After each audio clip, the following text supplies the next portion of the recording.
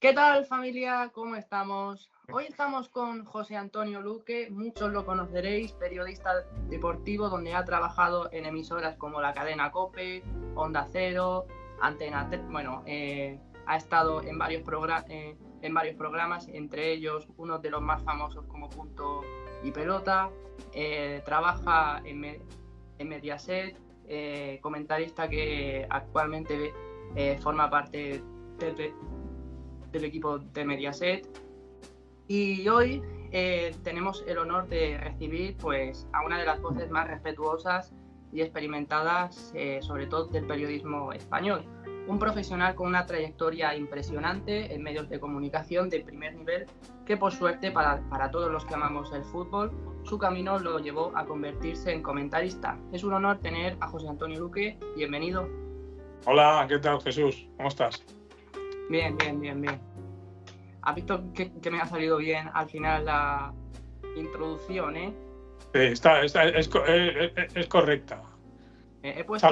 Salvo los elogios, lo demás es todo correcto. Me he puesto un poco nervioso, pero bueno, he intentado hacer de la mejor forma posible.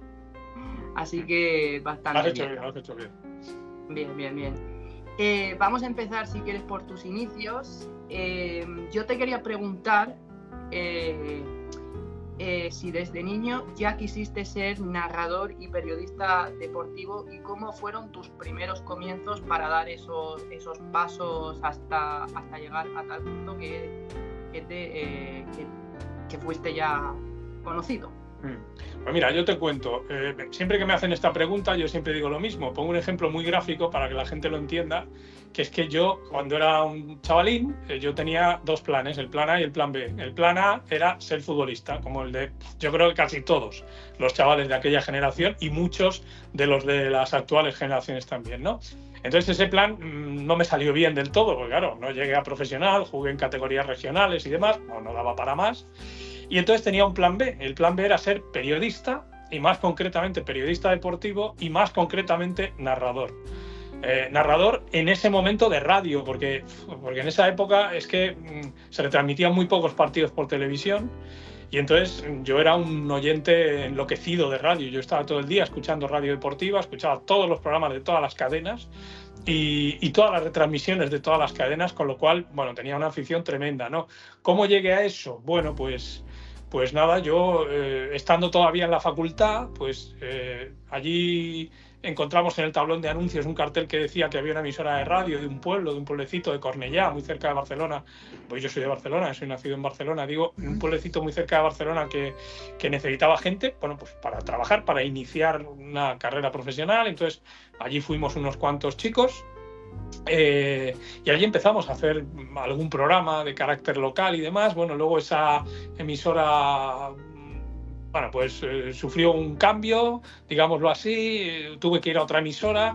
En esa emisora no empecé haciendo deportiva, pero un buen día el director de deportes de esa emisora se enteró de que a mí me gustaba el deporte. Yo estaba trabajando en la emisora, pero en otro cometido, sí. Y se enteró de que a mí me gustaba el deporte y entonces me dio la oportunidad, de hacer información deportiva y un buen día de narrar un partido de fútbol. Se dio la circunstancia en esa emisora, que era Radio Sabadell. En esa emisora se retransmitían los partidos del Barça, del Español y del Sabadell, que en ese momento estaba en primera división. Entonces resulta, fíjate lo que son las cosas, las vueltas que puede dar la vida y las coincidencias que pueden llegar a pasar. Resulta que hubo una jornada en la que el Español y el Sabadell jugaban fuera, el Barcelona jugaba en casa. Los narradores, los compañeros que narraban al Español y al Sabadell habían viajado ya con sus respectivos equipos para narrar el partido, y resulta que el día que se iba a disputar el partido del Barcelona, era un sábado por la tarde, pues el narrador, la persona que tenía que narrar ese partido, se puso enferma, que estaba metido en la cama, que no se podía ni mover. Entonces el jefe de deportes en cuestión, se llama Luis Lorente, fue mi primer gran jefe y es amigo mío, a día de hoy sigue siendo amigo mío, por supuesto. Entonces me dijo, oye, ¿tú sabes narrar? Y yo le dije, sí. Dice, pero tú ¿dónde has narrado? Digo, pues yo he narrado en mi casa. Y era verdad. Yo en mi casa me grababa partidos de los que se retransmitían por televisión, tanto de fútbol como de baloncesto, y luego los narraba para mí. Y entonces yo le dije, sí, yo sé narrar, porque yo he narrado. Y me dice, ¿dónde? ¿En tu casa? Y dice, bueno, te estás quedando conmigo, ¿no? Me estás chuleando. Digo, no, que es verdad, es verdad. Y entonces, y me dijo, y me preguntó, ¿tú te atreverías a narrar esta noche el partido, el Barça Sporting de Gijón? Porque tenemos un problema, que está viajado, está enfermo, tal, es que no tenemos narrador. Digo, sí, claro que me atrevo. Entonces me fui al Camp Nou esa tarde, narré ese partido y desde entonces, pues afortunadamente no he dejado de narrar, de una manera u otra, de manera más o menos continuada, pero no he dejado de narrar. Esa es la historia. Digamos que después de esa narración, ¿qué te dijo exactamente el jefe? No, tampoco fue especialmente elocuente. Yo recuerdo que su hijo, que en paz descanse, por cierto, que murió, Marcos, amigo mío también, sí que fue, durante el partido incluso, era muy elocuente, ¿no? Se me quedaba mirando cuando yo habíamos dado paso a publicidad o lo que sea y me hacía esta señal, muy bien, que está quedando muy bien, que no sé qué. Bueno, Luis tampoco fue especialmente elocuente, me dijo muy bien, lo has hecho muy bien, pero él me demostró que le había gustado, pues con el hecho de que a partir de ese momento yo ya no dejé de narrar, ya no dejé de narrar. Un día narraba a no sé quién, otro día narraba a no sé cuántos, bueno, y a partir de ahí, en lo sucesivo, en el resto de medios de comunicación en los que he estado, pues afortunadamente también he tenido la posibilidad de narrar, ¿no? O sea, que eso quiere decir que le gustó, aunque no me hiciera una fiesta, ¿no? Ni lo celebráramos con un pastel ni nada de eso, pero quiere decir que le gustó. Al menos el jefe te pudo... Bueno, el jefe estará pensando, madre mía, ha venido aquí un señor narrando desde su casa que nos ha salvado el culo. Sí, además... Es que no teníamos narrador.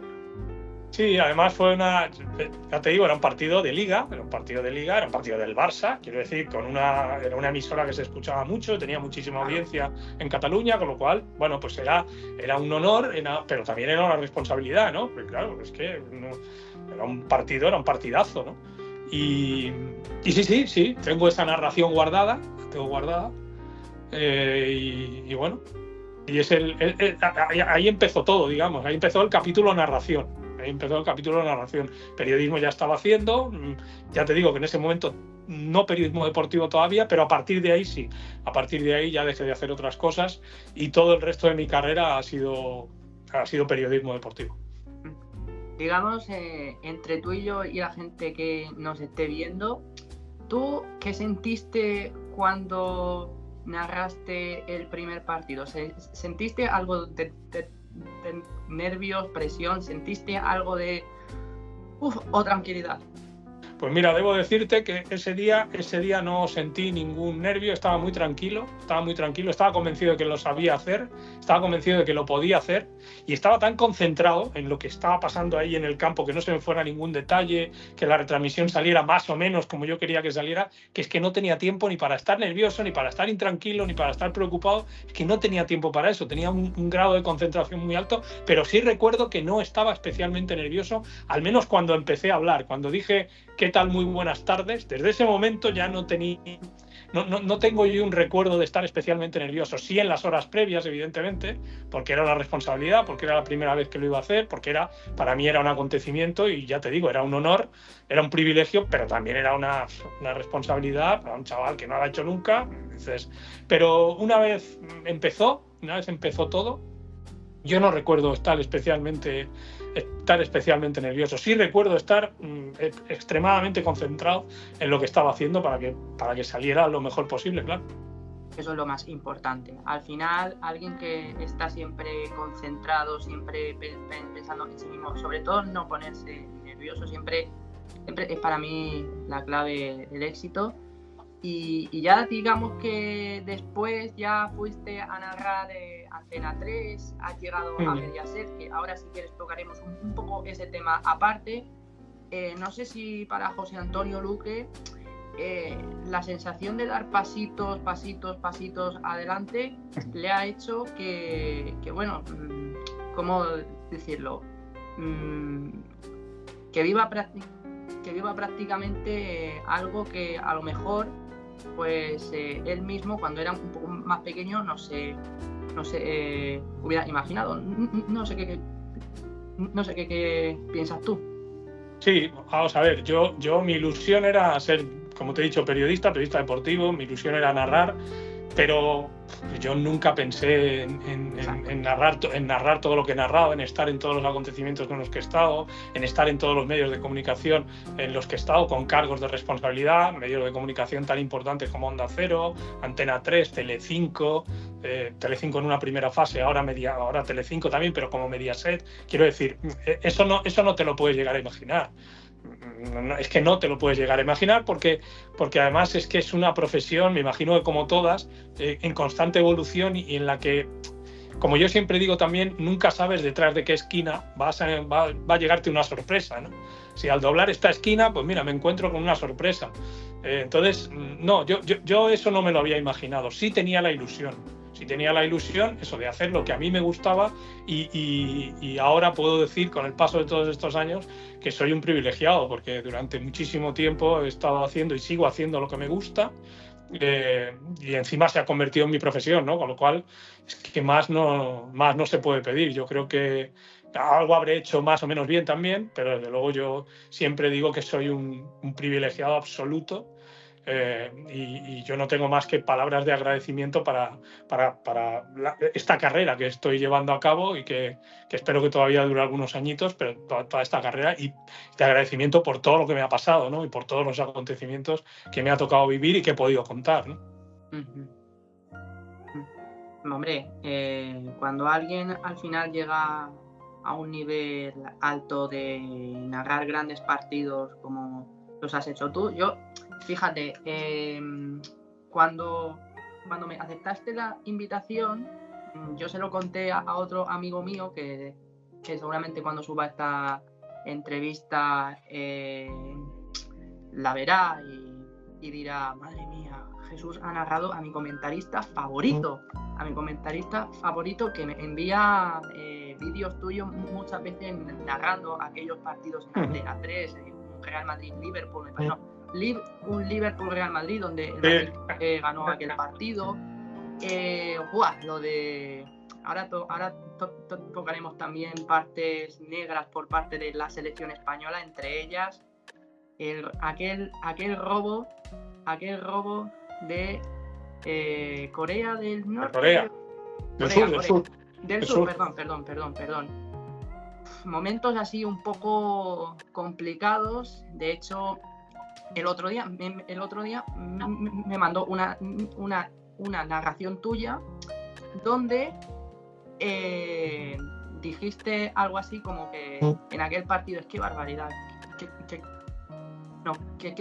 qué barbaridad de que este gol yo no salía de mi asombro. Sí, yo no salía de mi asombro. Esa frase es la que me salía en ese momento del corazón, ¿no? Porque dije, pero qué barbaridad, pero qué es esto, ¿qué está pasando aquí? ¿Cómo nos pueden estar mangando de esta manera? Bueno, al final son experiencias que te toca contar y bueno, también ese partido y por supuesto ese torneo y todo lo que pasó allí, pues fue un honor, ¿no? Y un privilegio el haberlo podido contar, el saber que está todo un país pendiente de lo que suceda y que tú eres un vehículo transmisor para contar, para ayudar a la gente a entender lo que está sucediendo, lo que está viendo y para en la medida de tus posibilidades, cuando se trata de la selección, pues echar una mano también, ¿no? En la medida de tus posibilidades, que realmente son las de contar lo que pasa, ¿no?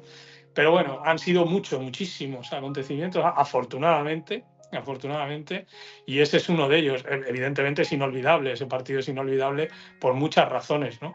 Porque España mereció pasar, porque yo que tengo una muy buena amistad con José Antonio Camacho, yo siempre comento, siempre que sale ese asunto, tampoco lo comentamos demasiado, tampoco es... no es un asunto recurrente que cada vez que nos sentemos a tomar un refresco lo comentemos, no. Pero si las veces que lo hemos comentado, yo siempre le digo que hubiéramos estado en la final seguro. Ese partido era de cuartos. En semifinales hubiéramos tenido que jugar contra Alemania, que Alemania hizo un torneo lamentable, a pesar de meterse en la final, hizo un muy mal torneo, y curiosamente el mejor partido que hizo Alemania en ese torneo fue la final. Porque en la final gana Brasil 2-0, pero el partido es mucho más equilibrado de lo que dice el marcador, y Brasil ni mucho menos se pasea. Y sin embargo, hasta llegar a ese punto, hasta llegar a la final, Alemania era una selección que decía poco, que no. Y entonces yo siempre le digo a José que hubiéramos estado en la final y que hubiera sido un recuerdo maravilloso también el haber podido contar una final Brasil-España. O sea, qué bien suena eso, ¿no? Final del Campeonato del Mundo Brasil-España. Luego ya hubiera pasado lo que hubiera tenido que pasar. Pero bueno, se perdió una gran oportunidad porque esa selección hizo un gran trabajo, esa selección jugaba bien al fútbol y bueno, y se vio superada por los acontecimientos y por el arbitraje. Y, bueno, chico, es que ¿qué le vas a hacer? Tampoco puedes estar dándole vueltas permanentemente a eso, pero sí, es un recuerdo. Es un recuerdo agridulce. Es dulce porque es un mundial y evidentemente cuentas un mundial y tal, pero es un recuerdo agrio, ¿no? Aquella tarde, una tarde en la que la selección española es mejor, la selección española gana, luego se tiene que, bueno, hubiera ganado en el caso de que hubiera querido al Gandur y tal, luego se llega ahí a la tanda de penaltis. Mal. Mal. Pero fíjate que aquella selección que tenía muy buenos jugadores, con Xavi, con Joaquín, no sé si Raúl estaba como convocado, el propio Camacho estaba de seleccionador y parecía que la selección estaba jugando bastante bien. Iker Casillas de portero, muy buenos jugadores y a lo mejor, quién sabe, la flauta suena y de haber ganado ese partido, si no fuera pues para mí por el árbitro, que bueno, no se sabe si ahí se estuvo comprado, ¿no? Sí, no lo sé, sinceramente. Quién sabe, España a lo mejor hubiera pasado a la final y le hubiera plantado cara a Brasil. Eso, desgraciadamente, Jesús, no lo sabremos nunca ya. Eso no lo sabremos nunca, ni lo podremos explicar nunca, porque aquello ya pasó de esa manera y bueno. Solo lo único que te queda es eso, un recuerdo agridulce, es lamentarlo y pensar que durante todo el tiempo que duró ese campeonato del mundo, pues todo un país vivió ilusionado, ¿no? Vivió ilusionado con haber podido ganar. Bueno, llegó 8 años después el triunfo, pero podría haber llegado perfectamente, sí, en el 2002. Yo ya te digo, yo estoy convencido que hubiéramos estado en la final, estoy seguro. Y luego, pues bueno, te enfrentabas a una Brasil con el mejor Ronaldo, con el mejor Rivaldo, con el mejor Ronaldinho. Era un equipazo, Brasil era un equipo brutal, era un equipo extraordinario. Y te digo un poco a la inversa con lo de Alemania. Brasil hizo un campeonato extraordinario y sin embargo en la final tuvo problemas. En la final, a pesar de que ganó 2-0, si tú repasas el partido entero, yo he visto el partido entero, además de retransmitirlo, porque la final la retransmitimos para España, pero además de eso yo he vuelto a ver ese partido y es un partido equilibrado y lo que demuestra que una final hubiera sido un cara o cruz y que si en lugar de haber estado Alemania hubiera estado la selección española, pues seguro que se le hubiera plantado cara a Brasil. Yo no sé si hubiera ganado o no, pero desde luego que se hubiera competido seguro. Yo no veo que ese equipo en concreto, un equipo de Camacho y particularmente ese equipo de la selección española hubiera dejado de competir. Hubiera competido la final seguro. Exacto. Además que Camacho siempre metía caña a los jugadores, por lo que sé. Camacho, que por cierto es de mi tierra, Murcia. Sí, señor. Oye, te quería hacer otra pregunta, pero no relacionado con este tipo, perdón si las preguntas están un poco desordenadas y eso. ¿Has trabajado en radio, prensa o televisión? ¿Cuál de las tres te ha gustado más? O sea, bueno, yo la verdad es que en prensa escrita he hecho poco. He hecho algunos artículos. La verdad es que he hecho poco, fíjate. He hecho poco y seguramente es el medio de comunicación que peor se me da. ¿Para qué vamos a andar con eufemismos? Bueno, digamos que más o menos sé hablar, más o menos sé comunicar verbalmente y demás, pero la prensa escrita, pues hombre, no, desde luego no está yo creo que no está entre mis grandes virtudes, ¿no? No es mi mejor virtud. Yo, como te decía al principio, en su momento, cuando era un crío, cuando era un chaval, básicamente lo que hacía era escuchar radio. Porque en ese momento había un canal y medio de televisión. Luego ya un poquito más adelante llegaron las televisiones, primero las autonómicas y luego las privadas, y luego ya han venido pues todo lo demás, los canales de pago, las plataformas y todo esto, ¿no? Pero digamos que el panorama televisivo estaba muy, muy, muy reducido. TV1, TV1, TV2 y la 2 a veces ni se veía, con lo cual, bueno, era... Entonces yo en principio, en mis orígenes, era un hombre de radio. A mí la radio me apasionaba. El poder, el escuchar la radio para mí era una sensación magnífica, y el pensar que un día podría ser yo el que contase las cosas a través de la radio, como lo estaban haciendo esos profesionales a los que yo escuchaba, pues para mí era un sueño, ¿no? Entonces, a mí me queda siempre eso, siempre me queda el gusanillo de la radio, ¿no? La radio tiene una magia especial. Todo el que ha trabajado, todos los que hemos trabajado en radio decimos lo mismo, que la radio tiene un algo que muchas veces no sabemos definir, pero tiene algo muy especial, ¿no? Claro, luego llegó el momento de trabajar en televisión. Ahora ya, digamos que mi carrera se ha repartido, incluso hay más tiempo de mi carrera profesional en el que he trabajado en televisión, y la televisión también es un medio que enamora, ¿no? Por diferentes motivos, es diferente, no tiene nada que ver, pero también es un medio que enamora. Yo, de verdad, y no es por no mojarme, ahora mismo no te sabría decir, sinceramente, pero lo que sí llevo muy a gala es que yo en mis orígenes era un hombre, en aquel momento un chaval, y luego ya un hombre de radio porque... Bueno, pues porque es con lo que me crié y es con el medio de comunicación con el que yo me enganché realmente a la posibilidad de ser periodista. Si yo quería ser periodista, si yo tenía la idea en la cabeza de ser periodista y el deseo de ser periodista, era fundamentalmente porque escuchaba la radio y porque escuchaba el periodismo de la radio. Bueno, lo que me ha quedado muy claro es que en prensa escrita, artículos y todo eso, pues los dejamos aparte. Sí, ya te digo. Yo es que, vamos a ver, yo creo que todos no podemos ser buenos en todo, es imposible. Claro. Entonces, cada uno tiene que ser consciente de lo que hace mejor y de lo que no hace tan bien. Pues claro, yo puedo escribir, evidentemente, claro que puedo escribir, solo faltaría. Si a estas alturas no pudiera escribir, pues hombre, tendría un problema, ¿no? Pero bueno, yo me siento mucho mejor, me he sentido mucho mejor, y de hecho, como te decía, es en lo que he trabajado prácticamente toda mi carrera, dividida más o menos a partes iguales, un poquito más ahora ya televisión, pues entre la radio y la tele.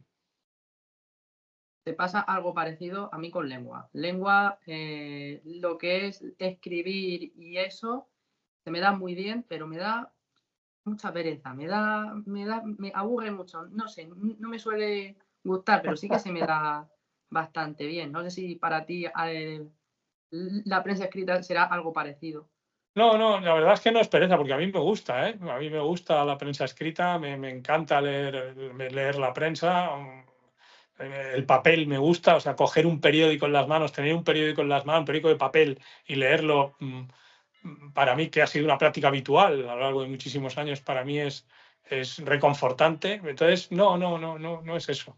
No es que me dé pereza, es que creo que se me da peor que otras cosas. O sea, en este caso, que la radio y que la televisión. Hablando, por cierto, de radio, bueno, no vamos a hablar de radio, vamos a ir más a la parte de televisión. ¿Cuál ha sido para ti el partido que más has disfrutado comentar? Pues mira, yo siempre hablo de un partido, de los muchísimos que he hecho. Yo siempre hablo de un partido que para mí tuvo una significación especial, que fue la final de los Juegos Olímpicos de Barcelona, en el año 92, España-Polonia. ¿Por qué? Ya el hecho de poder cubrir unos Juegos Olímpicos además de un sueño, es un momento increíble dentro de la carrera de un profesional. Si además esos Juegos Olímpicos son en tu país, en tu comunidad, en tu ciudad, la ciudad en la que has nacido, Barcelona, pues ya tiene un simbolismo muy especial, ¿no? Y encima tienes el privilegio de poder narrar, eso fue en Onda Cero, tienes el privilegio de poder narrar la final del torneo de fútbol, ¿no? Pero además es que antes has narrado todo el resto de partidos de la selección española, ¿no? El partido además se resuelve en el minuto 92, o sea, se resuelve prácticamente en el 92, 91, 90, no lo sé, pero vamos, muy al final, con un gol de Kiko, el famoso gol de Kiko, ¿no? Además, se consigue un logro que nunca había tenido el fútbol español, que es una medalla de oro en unos Juegos, ¿no? Bueno. Una cosa, ¿gol de Kiko Narváez? Sí. Gol de Kiko. Sí, sí. El partido se gana 3-2 y el tercer gol lo marca Kiko muy, muy, muy al final del partido, contra una selección de Polonia que la verdad es que planta cara y tal. Y para mí este es un partido muy especial. Yo cada vez que lo recuerdo se me pone el vello de punta, de verdad, se me pone la piel de gallina por todo, ¿no? Porque ya te digo, era la final de los Juegos Olímpicos en tu país, en tu ciudad, porque además se generó un ambiente en el Camp Nou. El partido se jugó en el Camp Nou, no en el Estadio Olímpico Lluís Companys, se jugó en el Camp Nou. El torneo de fútbol se jugaba en el Camp Nou porque el Olímpico estaba reservado para las pruebas de atletismo y demás. Entonces, en el Camp Nou se generó una atmósfera, un ambiente increíble. Recuerdo que llegaron los Reyes, que llegaron tarde, el partido ya había empezado. El rey emérito y la reina Sofía llegaron porque venían de ver a Fermín Cacho ganar el oro, conseguir una medalla de oro también. O sea, era una atmósfera. Y luego hay algo, ya futbolísticamente, hay algo que yo siempre recalco y que voy a hacerlo aquí también, que voy a poner aquí encima de la mesa una lanza en favor de aquel equipo, porque aquel equipo es uno de los más infravalorados para mí de la historia del fútbol español. Aquel equipo jugaba muy bien al fútbol, era un equipo fantástico, jugaba muy, muy, muy, pero muy bien. O sea, cuando se ha hablado del tiquitaca de la selección del 2010, del equipo de Luis Aragonés, del equipo de Vicente del Bosque, muy bien. Pues yo añado y lo pongo a ese nivel a la selección que ganó los Juegos Olímpicos de Barcelona. Aparte de que es que tenía unos jugadores espectaculares, o sea, es que era un espectáculo. El roster, digamos, la configuración, la lista de convocados era un espectáculo, pero es que luego jugaban de lujo. Y todo eso yo creo que no se ha valorado suficiente de aquel equipo. Entonces, por todo eso que acabo de comentar, por todo este rollo que te he soltado, si tuviera que quedarme con un partido, pues probablemente sería ese, fíjate. Y eso que he narrado, afortunadamente, pues eso, Eurocopas, Mundiales, Liga de Campeones con los equipos españoles, finales de Liga de Campeones de equipos españoles que han ganado. Pero aquel partido para mí es algo inolvidable. También conservo la narración del gol, del último gol, del gol que le da la victoria a la selección española. Por ahí la tengo. A lo mejor que no tengan tan en cuenta aquel equipo de los Juegos Olímpicos del fútbol, ahora las nuevas generaciones, yo creo que no debe ser por el equipo, sinceramente. Yo creo que debe ser a lo mejor que quizá los Juegos Olímpicos en fútbol a lo mejor no se vea tanto como en otros torneos, como a lo mejor la Liga, la Champions, porque lo que yo tengo entendido es que normalmente los Juegos Olímpicos, a ver si espero no equivocarme, en el fútbol a lo mejor se le da un poco de menos de importancia que otros deportes, pero aún así yo te quería preguntar qué jugadores más destacados aquel equipo veías tú. Pues mira, aquel equipo tenía en la portería tenía a Santi Cañizares y a Toni, al que luego fue que era portero del Español, luego fue del Atlético de Madrid. Cañizares y Toni. El titular era Toni y el suplente era Cañizares. Estaba el Chapi Ferrer como lateral derecho espectacular. Estaba Abelardo Fernández, Juanma López, Rafa Verges, Paqui, jugador del Tenerife. Estaba Guardiola, que era el cerebro de aquel equipo que hizo unos Juegos Olímpicos maravillosos. Estaba Luis Enrique, estaba Mavisca, Alfonso, Kiko, yo qué sé. Era un equipazo, de verdad. Juanma López también. Normalmente jugaba con 3 centrales. Era un equipazo. Gabriel Vidal y el Chichi Soler, 2 jugadores del Real Mallorca. Toni Pinilla también estaba. Voy recordando sobre la marcha, me van saliendo futbolistas de aquel equipo que ya digo que es que yo no digo que haya sido a propósito, el hecho de que sea un equipo para mí infravalorado por lo que hizo y sobre todo por cómo lo hizo, por la belleza del fútbol y por la calidad del fútbol que practicaba.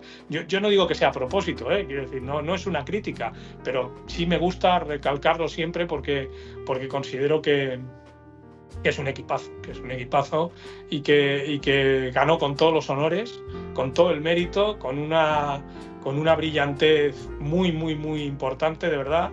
Y evidentemente tuvo que sufrir, sin ir más lejos en la final, que tuvo que remontar hasta ganar el partido, pero la verdad es que era un gran equipo. A mí me gustaba mucho ver jugar aquel equipo y sí que me gustaría que se pudiera rescatar aquella competición o que alguien rescatara las imágenes de aquella competición para volver a enseñárselas a la gente y decir, oye, que aparte del equipo que ha ganado las 2 Eurocopas, que ha ganado el Campeonato del Mundo y no sé qué, también hemos tenido algunas otras selecciones que, aunque el logro no tenga tanta trascendencia, evidentemente, el torneo de fútbol de los Juegos Olímpicos no va a tener nunca la trascendencia de un mundial, ni siquiera que una Eurocopa, pero que recordemos siempre que este equipo... Claro, pero que recordemos siempre que este equipo estaba ahí, que en ese momento la cosa no era como ahora. O sea, la cosa no funcionaba como ahora. Ahora España llega a los sitios y es favorita para ganarlo todo y juega muy bien y hemos llegado a un nivel altísimo. En aquel momento, es decir, claro, los chavales como tú solo habéis visto a la selección española triunfar y ganar, claro, pero es que en aquella época no era lo habitual. Lo habitual era justo lo contrario, que la selección española pues se quedara en octavos de final, se quedara en cuartos, se quedara en las fases de grupos incluso. Entonces, pero claro, a mí de verdad que recuerdo a ese equipo con muchísimo cariño y recuerdo todo lo que pasó allí con mucho orgullo y el orgullo además de haberlo podido contar. Pues te voy a decir una cosa, y es que me has dejado, entre comillas, sorprendido que hayas elegido aquel equipo de los Juegos Olímpicos de 1992, ¿sí? Pues porque yo te he visto también narrar goles, ya te digo, inolvidables. Si mal no me equivoco, el Iniestazo, ¿no? Aquel Iniestazo... ¿No? ¿El Iniestazo de Stamford Bridge? Sí. No, ¿lo narraste tú? No, fíjate, y te voy a explicar por qué. Te voy a explicar por qué. Nosotros, efectivamente, teníamos la Liga de Campeones, o sea, Antena 3 tenía la Liga de Campeones, pero nosotros solo dábamos partidos los martes. O sea, nosotros teníamos una elección de un partido los martes. Y ese partido se jugó el miércoles. Ese partido fue el partido de vuelta de la semifinal y nosotros habíamos retransmitido 24 horas antes. Yo estaba en Londres y yo estuve en ese partido, pero estuve en la grada, porque el día anterior habíamos retransmitido el Arsenal-Manchester United, que era la vuelta de la otra semifinal. Ese partido lo ofrecieron los compañeros de lo que ahora es Movistar Plus, no sé si se llamaba Digital Plus en ese momento, no lo sé, pero bueno, lo que ahora es Movistar Plus, de la plataforma, digamos. Y entonces yo, como estaba en Londres ya y habíamos, ya te digo, retransmitido el día anterior el Arsenal Manchester United, yo lo que hice fue quedarme en la capital inglesa y... Espera un momento.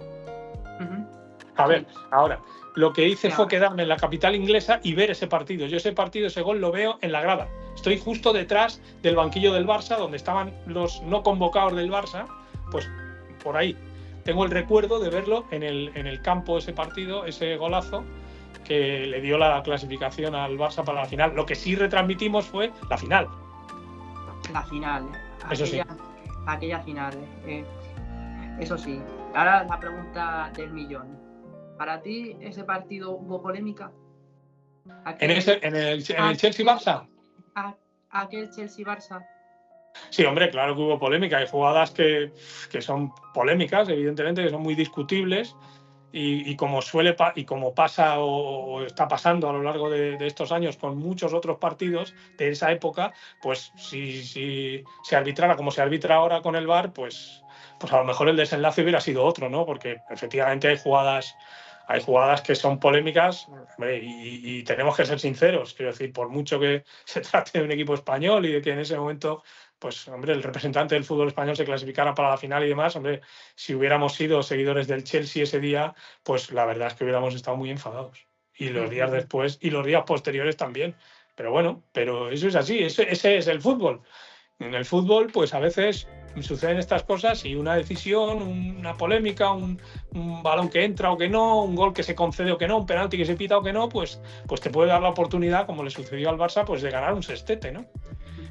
Bueno, pero sí, hombre, si me preguntas si el partido fue polémico, pues claro que fue polémico porque hubo 3 o 4 acciones, pues Pues bueno, alguna muy clara, otras que estaban ahí en la frontera, muy fronterizas, que si penalti, que si no. Recuerdo que hay una mano de Piqué muy clara, muy clara, con el despegada del cuerpo y tal, que es muy clara, pero vamos, quiero decir, es que negar eso es del género tonto. Es decir, si es que están ahí las imágenes.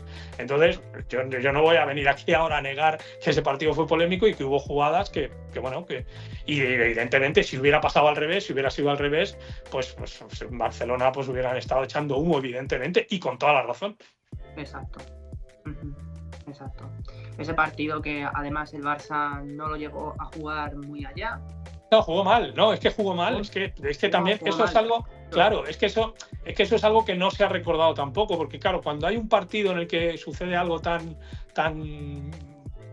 trascendente, por decirlo de alguna manera, y que tiene tanto eco y tanta repercusión, pues luego a veces nos olvidamos de lo futbolístico. Bueno, la verdad es que ese día el Barça estuvo muy mal. O sea, el Chelsea le pasa por encima a lo largo del partido. Lo que pasa es que solo le marca un gol y entonces se llega al último instante y afortunadamente pues llega el iniestazo y para casa, ¿no?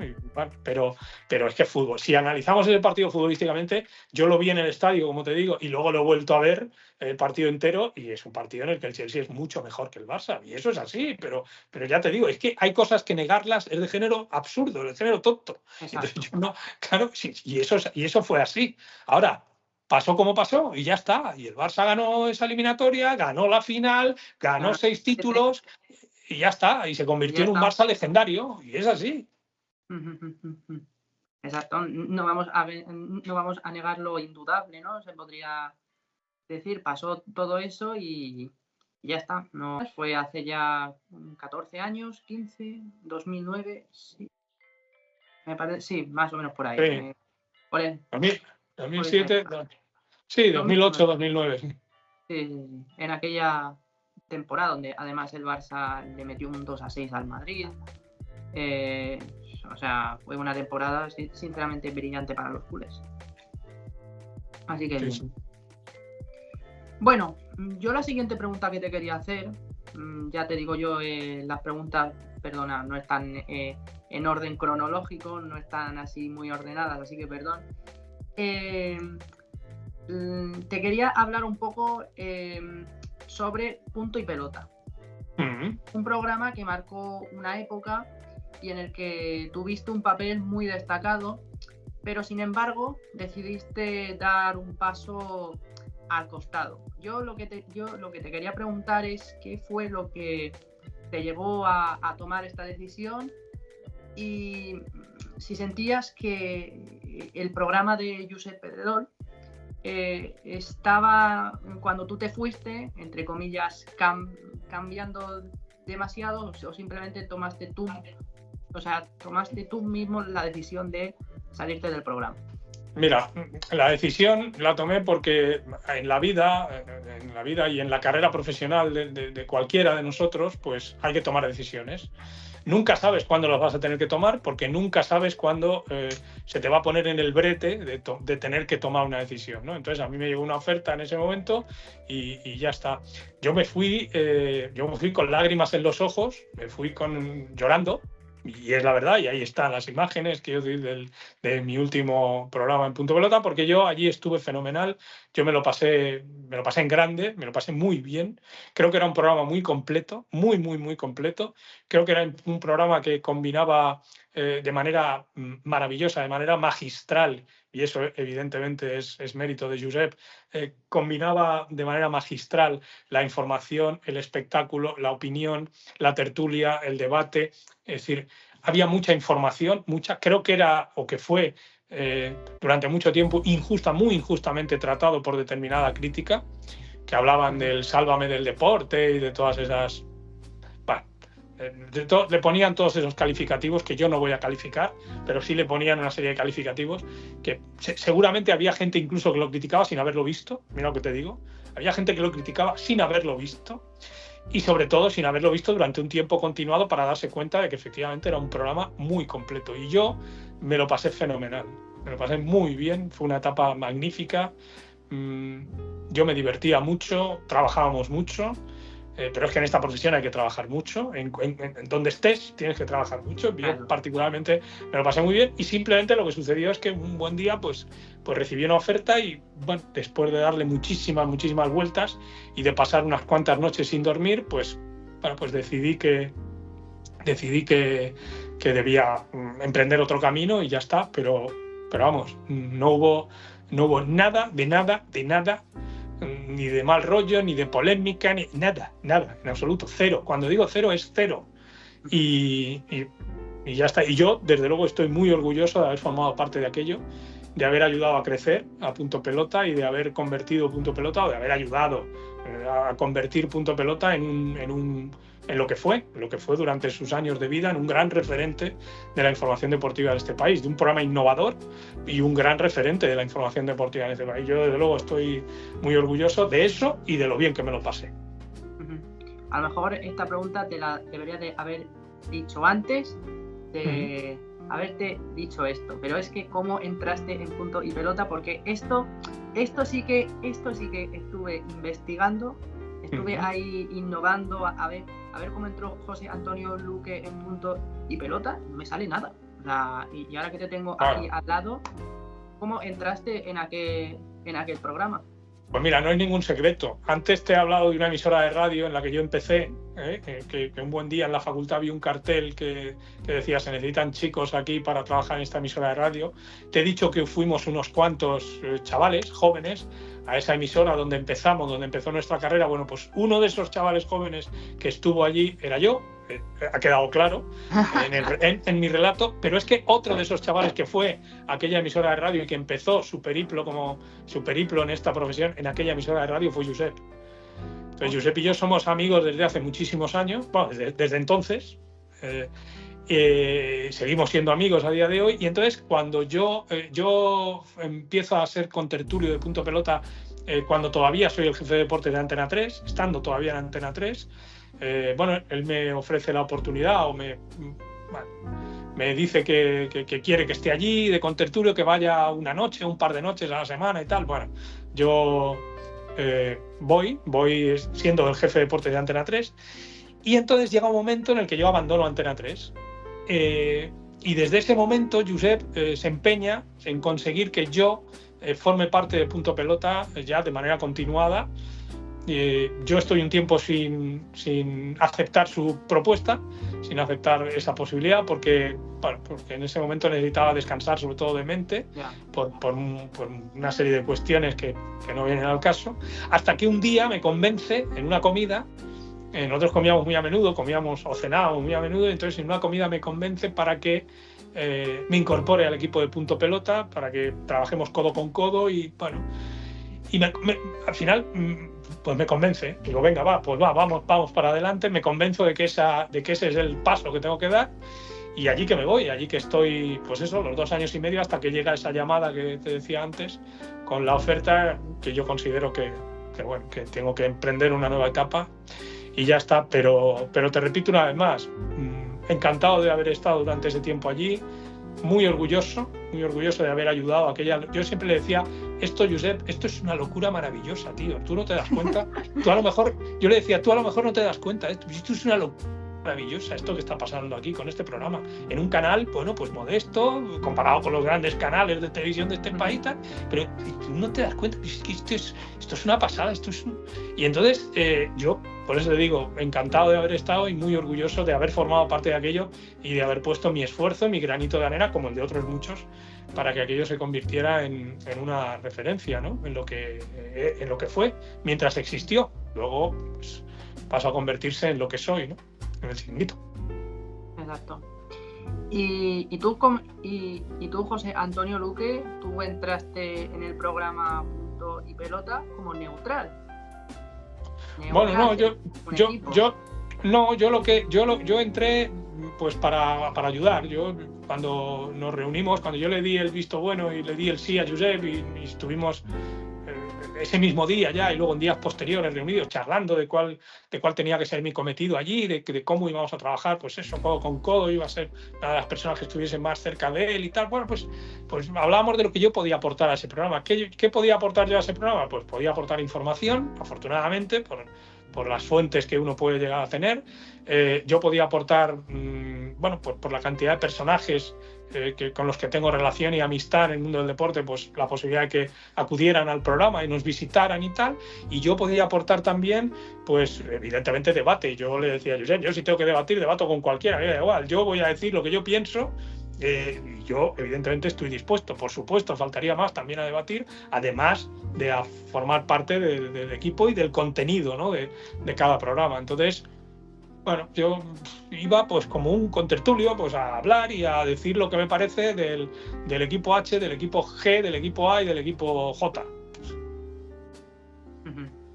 Entre tú y yo, ¿quién era de ahí el ¿cómo se dice? El tertuliano, el tertuliano que igual, entre comillas, más no digo cabrear, sino más discutir en aquel programa de lo que nos pasa a todos, ¿no? Alguien que no me da la razón, dame la razón o no sé qué, y tú le insistes a esa persona. Pues te digo la verdad, es que no hay uno, ¿no? Porque ese era uno de los grandes secretos de aquel programa, ¿no? Que no había nada guionizado, que todo resultaba fruto de la improvisación, de lo que sucedía en ese momento, ¿no? De lo que a uno se le ocurría y el otro lo podía rebatir. Entonces, bueno, pues un día te enganchabas más con, yo qué sé, ¿qué te voy a decir? Con el Lobo, y otro día con Alessandro, y otro día con no sé quién. Es que no hay, yo creo que cada uno tenía sus cosas, tenía su personalidad, y depende del día, de los asuntos que se trataran, de cómo se trataran, de la información que tú tuvieras o dejaras de tener. Claro, evidentemente no es lo mismo debatir sobre un asunto del que tiene mucha información y muy buena, y sabes que la tienes, y sabes que el otro no la tiene, que si lo haces de un asunto en el que, bueno, pues tú puedes... quiero decir, es que no hay uno, no te sabría decir uno. Yo creo que cada uno cada uno tenía sus características, sus cualidades, y dependiendo del asunto, del día y de lo que se tratara y de cuál fuera el motivo de la discusión, pues te podías llegar a enganchar más con uno que con otro, ¿no? Pero no había una línea de decir, mira, yo voy a la tertulia y hoy me voy a enganchar con este. No, eso surgía o salía, pues ya te digo, dependiendo. Y es que eso era imprevisible, y esa era una de las grandes características, de las grandes cualidades del programa, para mi gusto al menos. Hombre, pero Punto y Pelota ha tenido también personajes muy importantes que han venido entre ellos, si mal no me equivoco, creo que estuvo Florentino Pérez.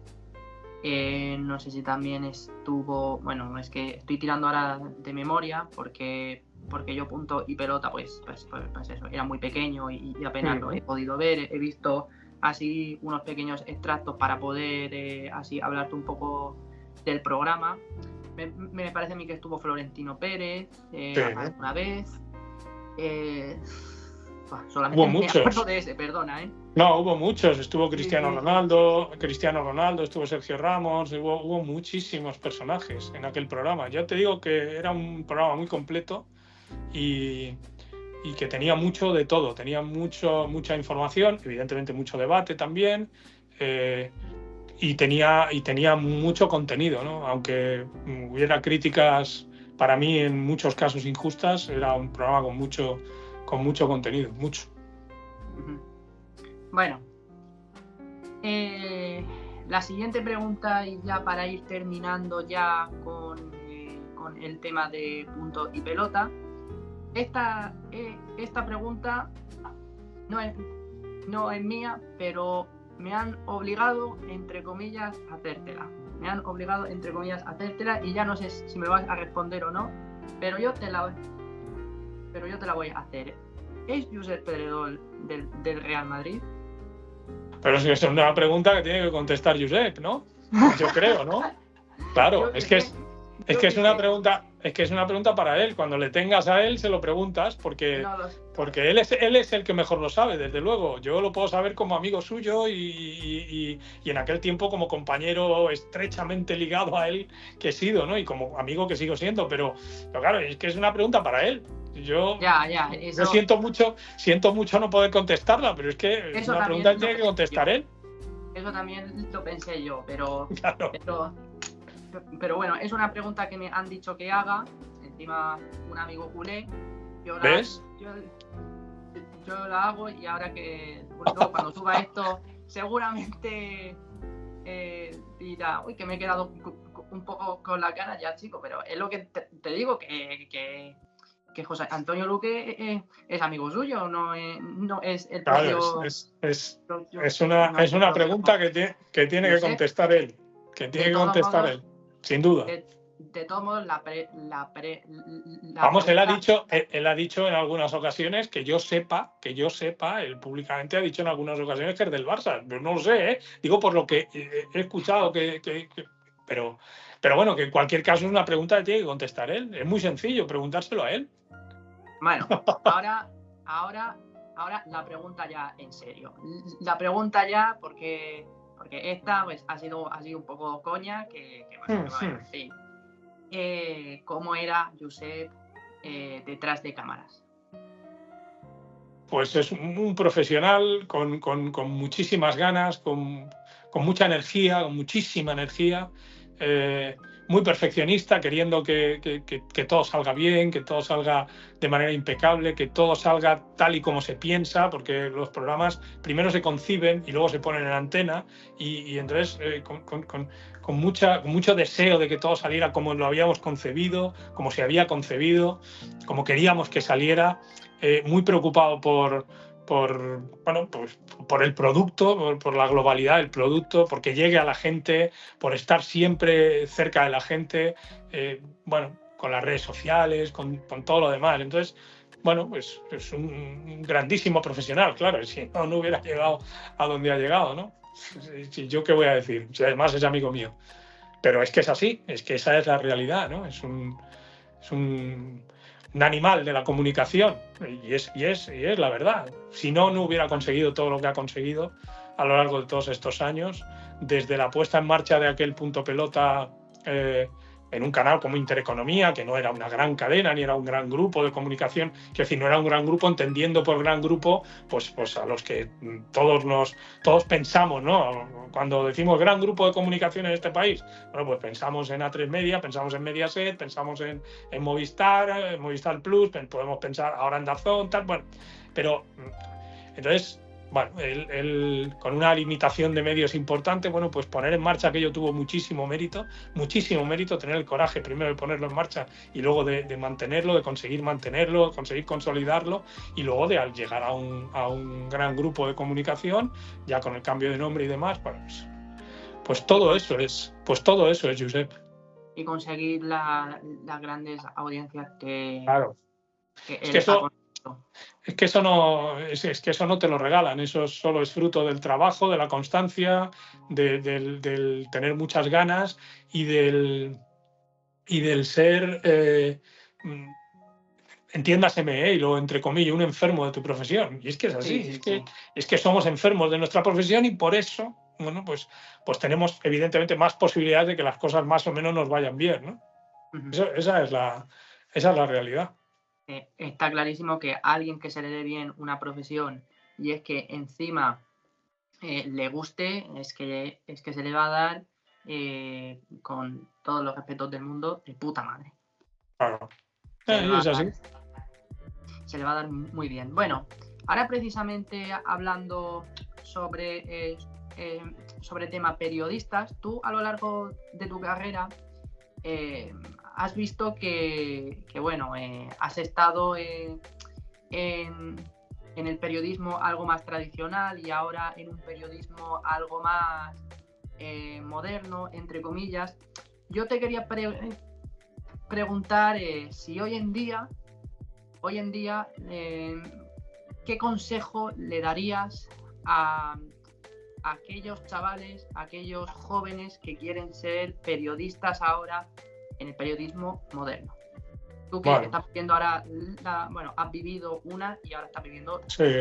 Sí, vamos a ver, yo lo que les diría, alguna vez me lo han preguntado también, yo lo que diría siempre es que tengan pasión por su profesión, que si tienen esa vocación que no la abandonen nunca y que eso les lleve a luchar, que eso les lleve a perseverar.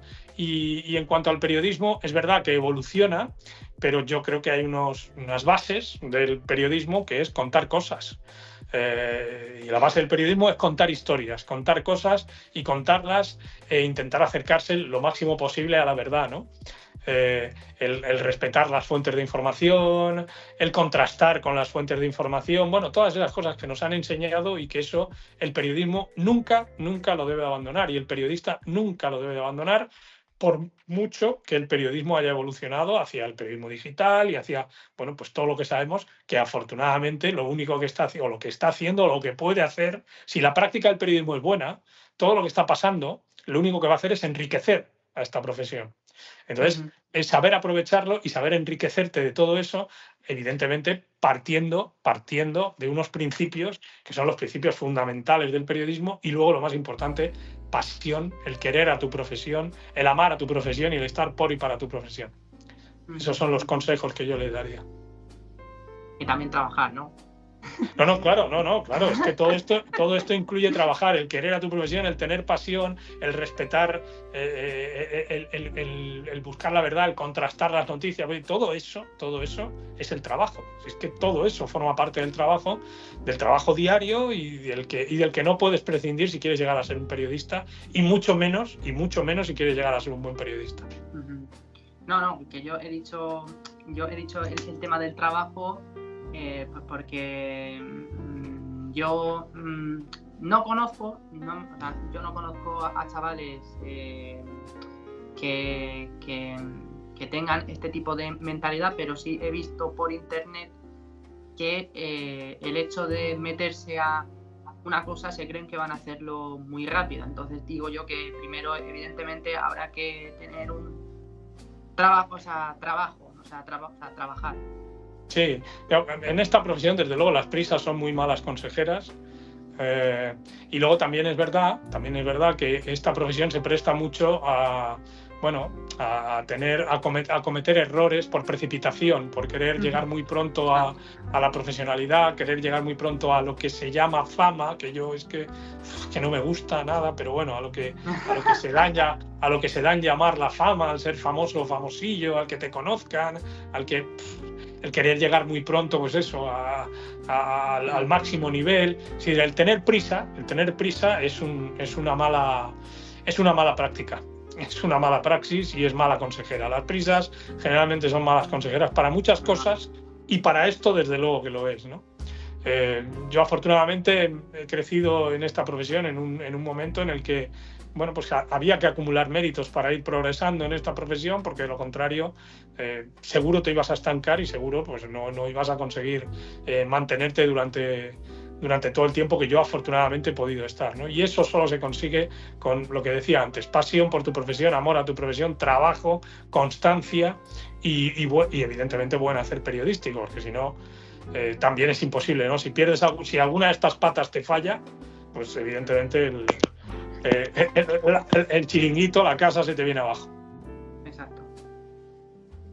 Exacto, porque al final yo creo que ya esto es una opinión un poco más propia, pero estamos en una generación donde al final todo se quiere hacer muy deprisa, todo se quiere hacer muy rápido, y yo creo que al final para alguien que vea esta entrevista y que escuche a alguien donde ya pues ha vivido un periodismo algo más tradicional y que ahora esté viviendo este periodismo moderno, sepa un poco cuál es la guía, que al final el trabajo tiene que ser, tienes que trabajar duro, pero también tienes que tener un poco la cabeza amueblada e ir un poco despacio y no te debes de precipitar. Sí, pero ya te digo, esto vale para esta profesión y desde mi punto de vista al menos vale para muchas, para todas. Es una manera de conducirse por la vida que incluye la faceta profesional de cada uno, ¿no? Y por supuesto, si estás en este mundo del periodismo, pues pues tienes que aplicártelo, porque de lo contrario, hombre, puede darse el caso, puede darse el caso de que haya alguien que llegue sin cumplir todos estos requisitos, y de hecho los hay, porque en el mundo del periodismo hay como en todos los órdenes de la vida, pero bueno, pero yo creo que ese es el mejor camino, el más consistente. Y la siguiente pregunta que tiene un poco algo que ver con esto, aunque es un poco distinta, y es que a lo largo de tu carrera, bueno, como he dicho antes, tú has estado en periodismo tradicional, moderno también, y ahora lo que se lleva un poco en día en la comunicación es en tema de youtubers, sobre todo deportivos. ¿Tú crees que con el tema de sus propuestas conectan con el público joven de una manera más o menos igual o diferente que en la televisión o radio? ¿Y cómo valoras este cambio? No, a mí me parece que enriquecen, ¿no? A mí me parece que, sinceramente te lo digo, enriquecen. Es una manera más de comunicar. Y evidentemente es una oferta más, una posibilidad más para el receptor del mensaje, para el consumidor de medios de comunicación, con lo cual eso siempre es enriquecedor. Y dentro de los youtubers, pues hay como dentro de los periodistas, pues hay buenos, malos, regulares, muy trabajadores, menos trabajadores, poco trabajadores y vagos, pues de todo, pero es que eso en cualquier orden de la vida, quiero decir, no descubro nada, ¿no? Pero a mí me parece que es enriquecedor el mundo de los youtubers. Yo sigo a algunos youtubers y la verdad es que me aportan y es así, y me ayudan a conocer más y mejor de determinados aspectos, porque además hay youtubers que están especializados en aspectos concretos de la información deportiva, con lo cual, oye, pues te ayudan. A mí desde luego me ayudan. A mí todo lo que sea, ya digo, comunicación e información, bienvenido sea. Yo nunca voy a rechazar, ni muchísimo menos, ni voy a denostar en absoluto a ningún canal de comunicación, ¿no? Entonces, a mí me parece que es positivo, sinceramente. Y luego también es verdad que hay youtubers que no pretenden ser periodistas y que además ellos lo dicen abiertamente. Estoy pensando, por ejemplo, en Ibai, que es un fenómeno, es un fenómeno global, es un fenómeno de la comunicación en este país, pero yo le he escuchado varias veces decir que él ni es ni pretende ser periodista. Perfecto, es otra cosa y ayuda y complementa y bueno, y a mí me parece que es positivo, por supuesto que es positivo. ¿Tienen la llegada y el alcance a las generaciones jóvenes? Por supuesto que sí. Y eso tiene mucho mérito también. El que tú llegues a un segmento de la población, sea el que sea, y evidentemente en este caso estamos hablando de la gente joven, es que tiene mucho mérito. Claro que tiene mucho mérito. Comunicar bien y alcanzar a la gente y hacer tuyos a la gente y ganarte la confianza de la gente, porque al final esto va de ganarte la confianza de la gente, que tú seas un tío o una tía fiable para la gente, para el consumidor, sea el que sea de la clase social que sea de la edad que sea, me da igual. O sea, eso tiene mucho mérito, ¿no? Entonces, a mí me parece positivo, ya lo creo que sí. Claro, porque al final tu respuesta ha sido excelente, sin duda. O sea, yo convivo con mucha gente en el que esta respuesta nunca la dirían, pero en tu caso la verdad es que ha sido con una sinceridad totalmente, podríamos decir, muy buena, porque realmente, repito, yo conozco a mucha gente, entre comillas, para que se me entienda, que no está a favor de esto y que al final lo que quieren es un periodismo que si no trabajas en una radio, no trabajas en una televisión, esto no sirve. No, pero es que ya te digo, yo no creo que sea así, vamos, es que hay muchas maneras de comunicar, muchas maneras de llegar a la gente y desde luego esta es tan lícita como cualquier otra, vamos, ¿no? Es que no sé dónde está el problema, de verdad, no sé dónde está el problema, dónde está el inconveniente, no, pues forman parte de esta sociedad además, con lo cual, vamos, lo único que hay que hacer es tener la satisfacción y y pensar que eso está para enriquecernos y ya está. Y además tú puedes consumirlo o puedes no hacerlo. Quiero decir, todos tenemos la libertad de consumir medios de comunicación tradicionales, medios de comunicación digitales, canales de YouTube, TikTok, en fin, cualquier manera de comunicar que se te ocurra, tú como individuo, como persona, tienes la libertad de consumirlo o de no consumirlo. Es que de verdad que no sé dónde está el problema. Si a alguien no le gustan los youtubers o no quiere, pues que no los consuma. Ellos están ahí. Ellos están ahí y evidentemente nadie te obliga a consumir ni a un youtuber, ni TikTok, ni ninguna red social, ni a un periodismo digital, ni a un medio convencional. Es que nadie te obliga a nada. Es decir, tú decides libremente lo que a ti te satisface, te ayuda, te gusta, te entretiene, yo qué sé. Puedes consumir medios de comunicación por 1000 cosas. Entonces, pero al final el que decides eres tú. Con lo cual... Sí. Muy bien, muy buena respuesta, de verdad. Es una de las respuestas que más me ha gustado de todas, porque de verdad yo que soy un chico que le gusta consumir de todo, le gusta muchísimo el fútbol, pero soy muy tiquismiquis para que se me entienda en el tema de quién lo va a comentar o no. Ahí sí que soy muy quisquilloso, porque yo siempre que tengo porque para mí una cosa en el fútbol está muy clara, es el comentarista. También consumo muchísimo la radio, también consumo mucho YouTube y para mí es que, ya te digo, las tres cosas, lo que es la televisión, la radio, también medios de comunicación, aunque eso ya va un poco aparte, y YouTube, para mí se pueden complementar perfectamente. Incluso, hay un chico que se llama, no sé si lo conoces, Ramón Álvarez de Mon, no sé si lo conoces. Él es periodista y está en YouTube y también sube vídeos así del Real Madrid y tiene su propio canal con toda la información, así que también hay que darle mucho mérito, la verdad. Sí, es lo que te decía, es que son medios de comunicación complementarios. Lo único que hacen todos estos canales de comunicación es enriquecernos y darnos la posibilidad y abrirnos el abanico de las posibilidades que tenemos nosotros para elegir. Tú mismo me acabas de decir que eres consumidor de medios muy dispares, muy diferentes. Bueno, pues sí. Si algún día uno de esos medios, bien sea la radio, la televisión tradicional, la televisión de pago, los medios digitales, los youtubers, pues no te interesa, pues no lo consumirás y ya está.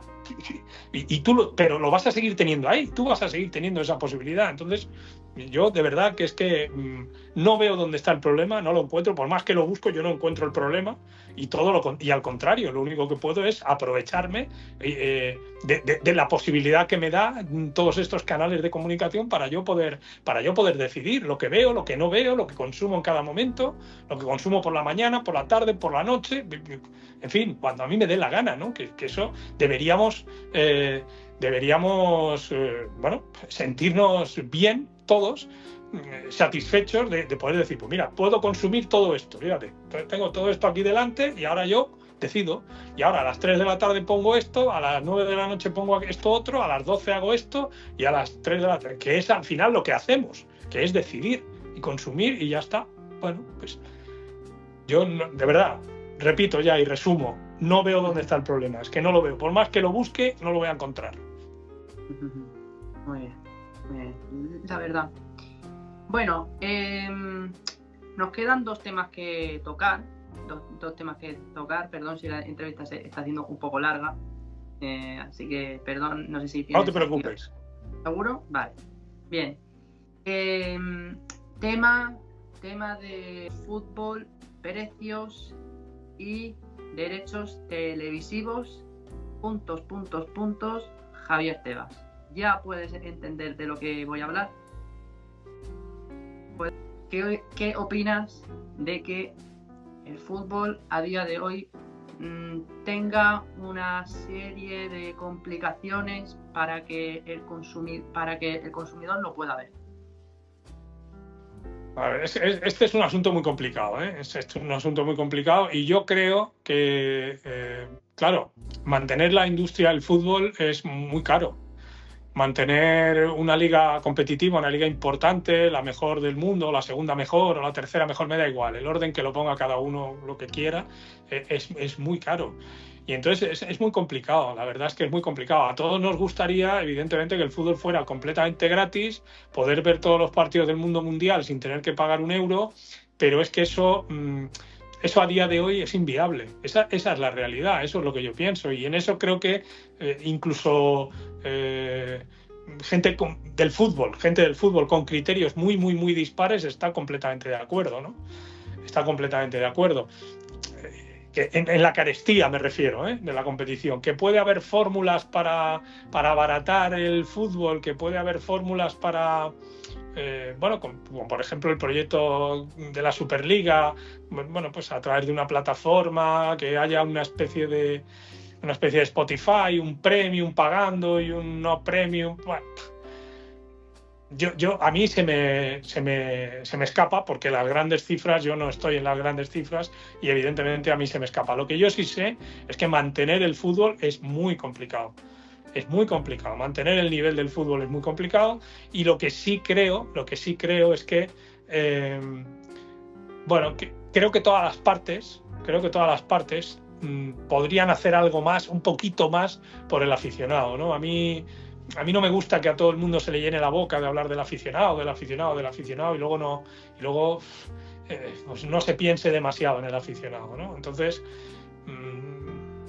sin manejar las grandes cifras y sin tener, salvo una idea mínima de economía, yo te digo que es verdad que el deporte es muy caro, pero a lo mejor sí que habría que intentar encontrar una fórmula para que llegase a más gente y para que más gente tuviera acceso al fútbol, porque es el gran deporte. En nuestro país es el deporte rey, en prácticamente todo el mundo es el deporte rey. Entonces, bueno, pues es una pena que haya gente que no pueda llegar de ninguna manera, que no pueda dedicar una parte de sus ingresos, porque sus ingresos no dan como para poder ver fútbol. Eso es una pena. Ahora, culpar directamente y decir, no, es que claro, es que tampoco es tan sencillo, ¿eh?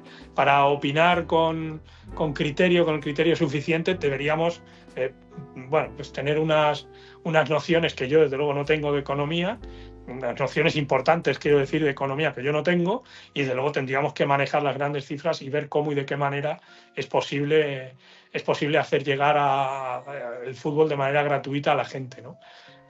O de manera menos cara a la gente o de manera más barata, llámese como se quiera, ¿no? Bueno, hay momentos y hay posibilidades, creo que sí, entiendo que sí, pero yo creo que eso es muy complicado y sobre todo es muy fácil opinar. Sobre todo es muy fácil opinar desde el desconocimiento y desde el populismo. Decir, no, bueno, es que esto... o desde una postura distante, quiero decir, ¿no? Digo, hablo por todas las partes, ¿eh?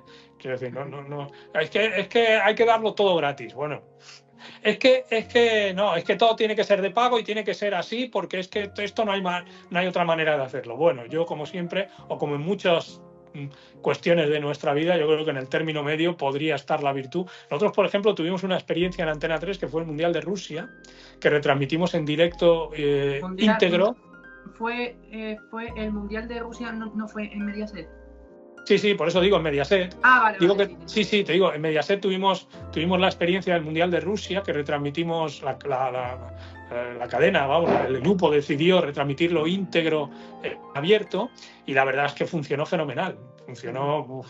Funcionó fenomenal de audiencia, claro. ¿Eso qué nos demostró? Pues que la gente evidentemente está ávida de poder ver fútbol en abierto y que evidentemente no va a desaprovechar la oportunidad de ver un acontecimiento como un mundial gratis, de manera gratuita, nada más que dándole al interruptor o al mando a distancia de tu televisión, ¿no?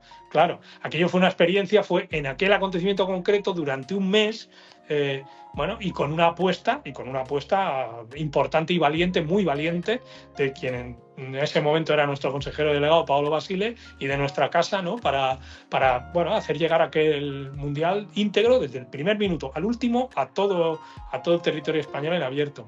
Eso se puede hacer con todos los torneos, con todas las competiciones de todos los deportes. Yo creo que no puede ser. Yo creo que no puede ser. Pero también entiendo que, como te digo, todas las partes deberían hacer esfuerzos para, además de hablar tanto y tanto y tanto del aficionado, pues acercarse al aficionado y acercarle el fútbol al aficionado, ¿no? Eso sí creo que debería pasar. Fíjate que yo ahora, hablando tema Mediaset, tema de Telecinco, yo admito una cosa, y lo he estado hablando con varios compañeros, mismamente esta mañana en clase. Fíjate, hostia, cómo echo de menos ver un mundial, una Eurocopa, algún partido en Telecinco. Te sale a la mente que Mediaset ha emitido mundiales históricos como el del 2014, el del 2018, Eurocopas sin más lejos, el de 2016, 2012, 2020. El Mundial del 2010 también. El del 2010. Y ahora da la sensación de que ya son varios años en los que digamos que Mediaset pues se ha estado alejando un poco de eso. La verdadera pregunta es si el fútbol, lo que son los mundiales, Eurocopas, volverán a Mediaset. Pues eso, ¿quién lo sabe? Tampoco en el momento en el que Mediaset decidió emprender un viaje y una apuesta por ese tipo de competiciones, se sabía si eso podía funcionar. Ahora, ¿qué puede pasar? Yo no tengo ni idea, desde luego no lo sé. Lo que sí sé es que el fútbol es muy caro, los derechos del fútbol son muy, muy, muy caros, y cualquier medio de comunicación, digamos, convencional, en abierto, que no sea plataforma, me refiero de pago, cualquier medio de comunicación en abierto, pues debe de hacer un estudio muy profundo a propósito, un estudio económico, me refiero, muy profundo, antes de emprender y de embarcarse en una aventura como esta, ¿no? Entonces, no es fácil. Pero no es fácil ni para Mediaset ni para ningún otro grupo de comunicación. Quiero decir que eso no es exclusivo de Mediaset ni es exclusivo de ningún otro grupo de comunicación, digamos, convencional, en abierto, ¿no? Entonces, yo creo que es imprevisible. Evidentemente, lo que puede pasar es imprevisible. Pero bueno, ahora estamos en esa situación de la misma manera que durante muchos años hemos estado con todas esas competiciones que tú has relatado y algunas más. Porque afortunadamente hemos tenido... Estoy hablando de mi época, o sea, yo estoy... Claro, es que en tu época, claro, eso desde el 2010 en adelante, pues hemos tenido todo tipo de acontecimientos. Claro, hemos tenido todo tipo de acontecimientos de fútbol, de baloncesto, de selección sub-21, de selección femenina incluso. Hemos tenido muchísimos acontecimientos. Hemos vivido una época que para los periodistas deportivos era...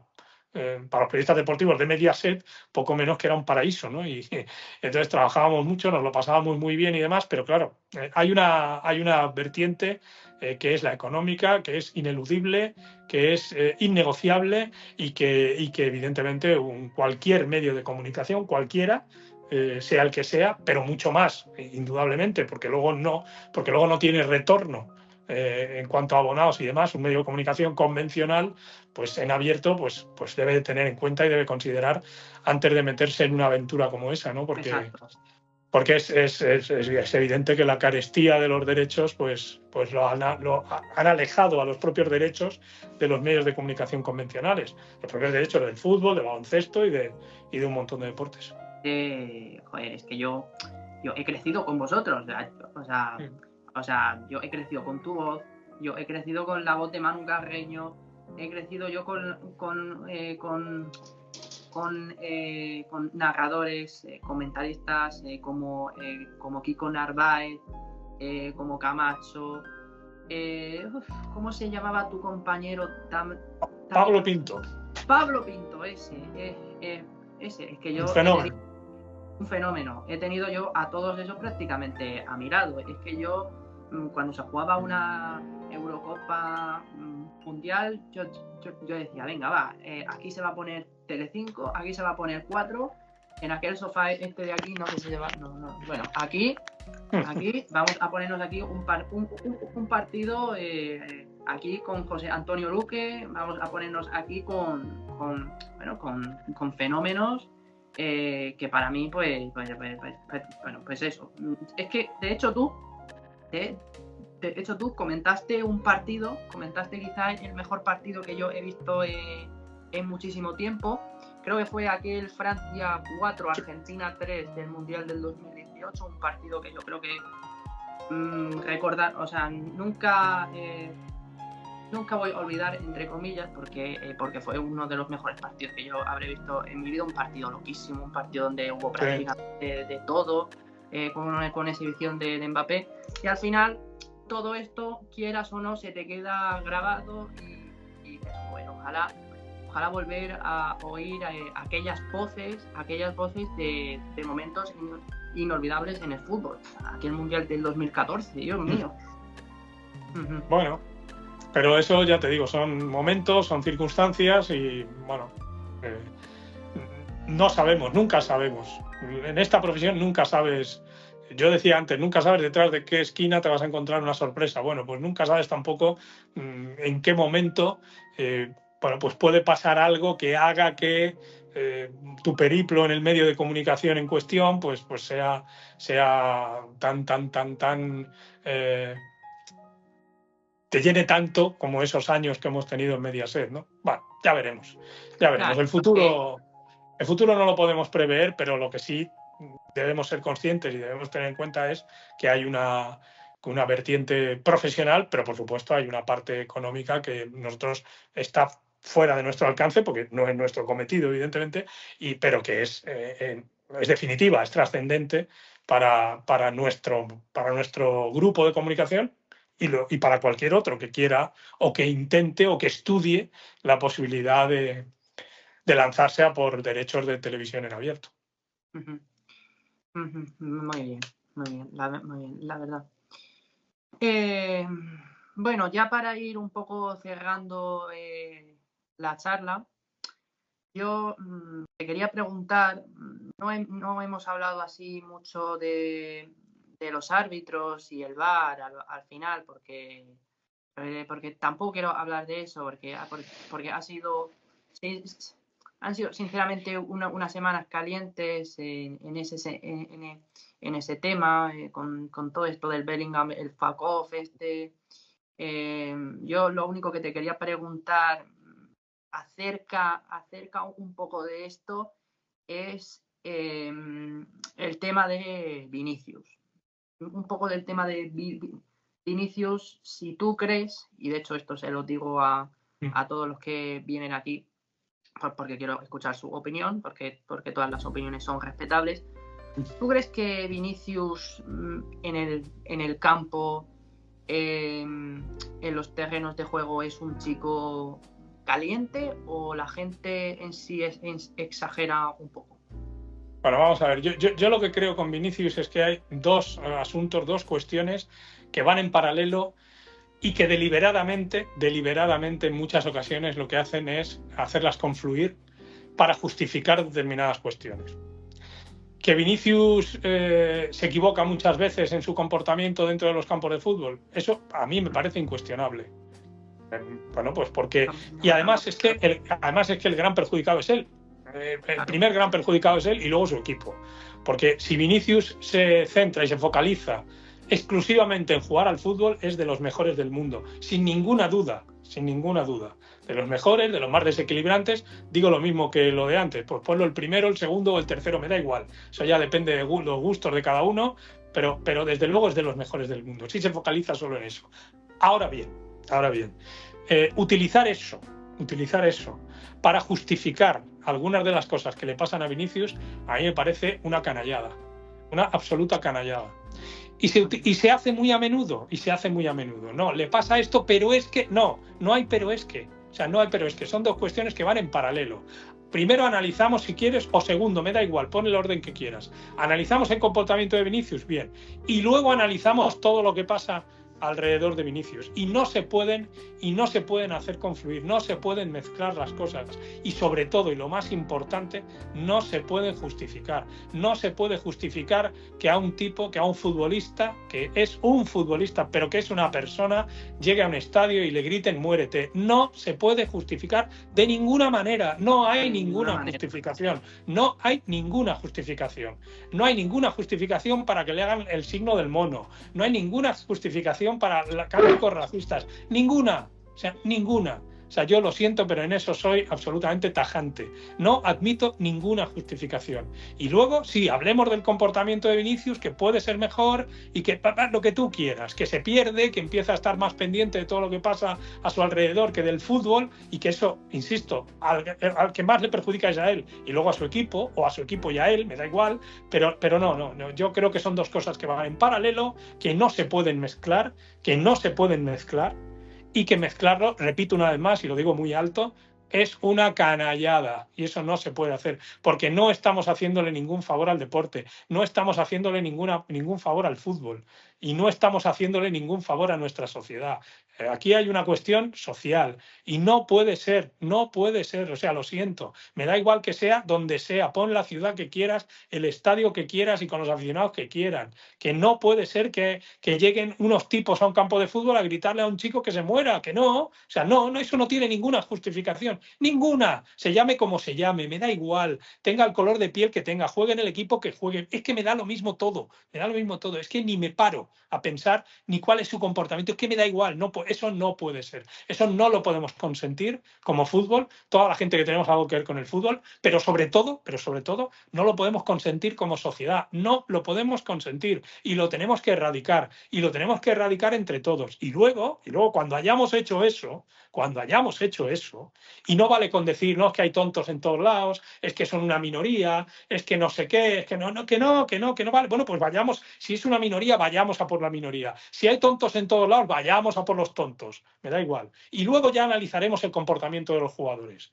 Ya analizaremos el comportamiento o de Vinicius o del jugador que sea, me da igual. Porque esto con Vinicius no es la primera vez que pasa en el fútbol español. Es que nos pensamos que esto pasa ahora con Vinicius. Pero esto ha pasado aquí con un tal Samuel Eto'o, esto ha pasado aquí con Neymar, esto ha pasado con muchos jugadores. Y entonces no puede ser, no se puede, entiéndeme, no se puede permitir. Claro. O sea, hay cosas que no se pueden permitir y que no se justifican, repito, con nada, con ningún comportamiento de ningún futbolista. No, si es que tú imagínate ir a un campo de fútbol, pagas tu entrada, joder, vas a ver espectáculo y es que en algún momento, mira, yo he sido el primero que a mí por ejemplo, yo soy del Murcia y yo siempre he considerado que el Murcia, entre comillas, ha sido un equipo desgraciado y que pues al final de tantas desgracias, pues los desahogos acaben con el árbitro y le grites así algún pequeñito insulto y eso, pero jamás, por ejemplo, me habrás oído decir en un campo de fútbol odio, racismo, xenófobo, como pasó mismamente el otro día, ¿cómo se llamaba el jugador? Asensio, que le gritaron muérete y eso, y alguno puede tirar, bueno, pero es que está imputado en no sé qué. Bueno, pero es que vamos a ver, chaval, aún no ha salido absolutamente nada de él, o sea, que no ha salido ninguna... Todo eso, Jesús, todo eso es inadmisible, es que es inadmisible. Claro.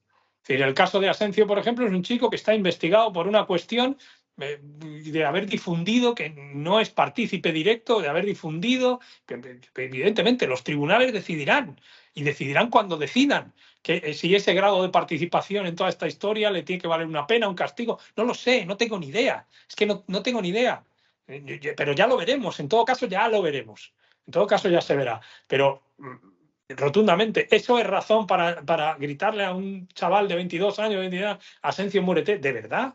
O sea, no. ¿De verdad podemos consentir como fútbol español, podemos consentir como sociedad presuntamente avanzada que eso pase? ¿De verdad?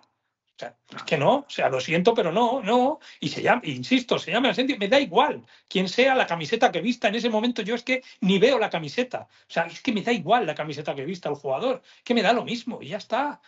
Y ya está. Y lo mismo con el racismo y con lo que sea, es que me da lo mismo. Es que me da lo mismo. O sea, aquí hemos vivido un episodio, yo creo, no sé si habías nacido siquiera, aquí ha habido un futbolista, Samuel Eto'o, al que me he referido hace un momento, que llegó a parar un partido. Llegó a parar un partido en el estadio de la Romareda. Se paró el partido, se cogió el balón en la mano, se fue a ver al árbitro y le dijo: yo no sigo jugando. No sigo jugando porque me están gritando, mono, porque me están gritando. Es que me están lanzando gritos racistas. Y llegó a parar él. No tuvo que pararlo ni el árbitro, ni el delegado de no sé quién, ni el delegado de no sé cuánto. Él, como jugador, cogió el balón y dijo: aquí no se juega más al fútbol. Porque es que me están gritando negro y me están gritando negro de mierda y no sé qué. A ver, eso lo podemos consentir. O sea, no lo podemos consentir de ninguna manera. Y sobre todo, repito una vez más, ya no lo digo más, pero no lo podemos justificar de ninguna manera. Y es una pena y es una vergüenza que en determinados momentos, desde determinados sectores, incluso periodistas, quiero decir que yo pongo a mi sector por delante, hayan intentado justificar eso. A mí me parece una vergüenza. No, que te decía que el episodio de Samuel Eto'o, ¿en qué año sucedió eso? Pues que no lo recuerdo el año que fue en un Zaragoza-Barcelona, pero vamos, eso en YouTube está, o sea, en Google está. Para el partido y dice: aquí no se juega más al fútbol. Ya está. ¿Por qué? Pues porque me están insultando, porque me están diciendo negro de mierda. ¿Cómo vas a jugar al fútbol? Aquí, ¿pero esto qué es? Esto está muy por encima del fútbol. Y es la verdad, todo eso está muy por encima del fútbol. Entonces no se puede consentir.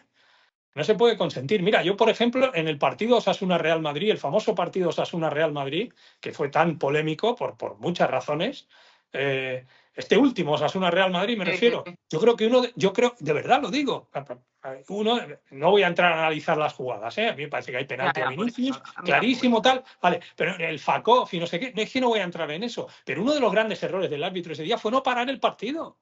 No parar el partido, como lo hizo Sánchez Martínez anteayer en el Real Sociedad Real Madrid. O sea, fue no parar el partido porque esos gritos de Vinicius muérete y Asensio muérete se escucharon en el Sadar ese día. ¿Por qué no se paró ese partido? ¿Por qué no paró el partido? Vamos a ver. Y lo estaba oyendo como lo estaba oyendo todo el mundo. Es que por eso te digo que tenemos que concienciarnos. Esto es una cuestión social. Esto va bastante más allá de la rivalidad deportiva, del propio deporte, de los 3 puntos de la eliminatoria y de si este gana el título o deja de ganarlo. Esto va mucho más allá. Y entonces, no debemos hacer ni una sola concesión. Debemos ser implacables, debemos ser tajantes. O sea, y no pasar ni una, no se puede pasar ni una, ni se puede justificar ni una. Solo de esa manera conseguiremos acabar con toda esta historia. Si no, bueno, pues seguirá así. Si la única reacción que provoca es, bueno, es que tontos hay en todas partes, vale, pues nada, está, pues seguirá habiendo tontos en todas partes, pues nada, pues si lo que queremos, si lo que queremos es eso, pues vale. Yo desde luego no quiero eso, Yo desde luego no quiero eso. Claro. Hombre, totalmente de acuerdo contigo. No. Es que de hecho, mira, el principal culpable para mí de esto es Javier Tebas. Javier Tebas, que han habido en varias ocasiones donde él mismo tendría que haber dicho: señores, yo voy a cerrar este sector de la grada del Camp Nou, aquel clásico donde le gritaron mono. Sí, pero es que no tiene potestad. Pero es que no tiene. Lamine Yamal, bueno, en fin. Pero es que no tiene potestad para hacerlo. Es que no puede cerrar un estadio. Javier Tebas no puede cerrar un estadio. Y no digo yo que no tenga culpa, Yo creo que hay mucha gente en torno al mundo del fútbol que pone granitos de arena y que tiene, por tanto, su parte de culpa, ¿no? Pero claro, es que son muchas las cuestiones que hay que tocar y sobre todo yo creo que lo que hay es que hay que ser muy contundentes en la legislación y sobre todo en la aplicación de la legislación. Hay que ser absolutamente contundentes, tajantes y, como te decía hace un momento, no pasar ni una. Ni una. Muy bien dicho. Las cosas como son. Ojalá haya gente que pensara como tú y que por una vez el fútbol pues pase a un segundo plano y se condenen los insultos, porque no hacen gracia, vamos a decirlo así, y menos insultos racistas, xenófobos.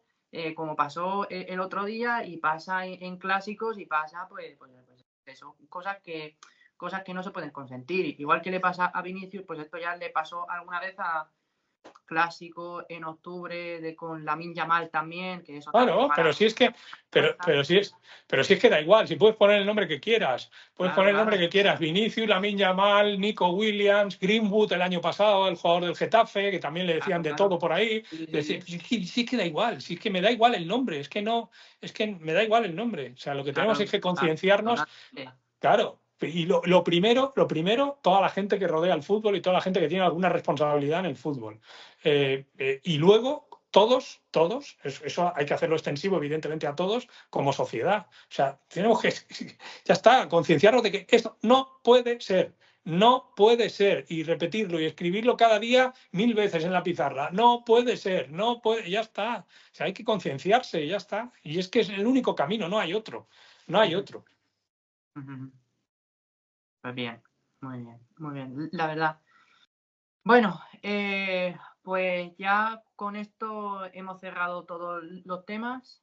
1000 millones de gracias, José Antonio Luque. Vuelvo a repetir una vez más que venga aquí un grande, un narrador de todo primerísimo nivel, hablarnos sobre pues eso, de todos los temas, todas las preguntas. Ha sido para mí un honor, un placer. De verdad que estoy agradecido. He estado además súper a gusto preguntándote y eso. Espero que tú también lo hayas estado. Y de verdad que 1000 millones de gracias, tío. A pesar de los problemas al principio con todo este tema de Skype y eso, al final lo hemos podido solucionar. Nada, lo hemos solventado bien. Yo me alegro de haber estado contigo. Eso es. Ya sabes que esta es tu casa. Cuando quieras hablar sobre algún tema, algo, lo que sea, házmelo saber y nos metemos, que ya además pues, ya tengo tu chat y todo, así que pues Skype ya no nos va a dar más problemas. Venga. Muchísimas pues gracias. Que así sea. Un abrazo grande. Un abrazo. Gracias a ti. Hasta luego, José Antonio.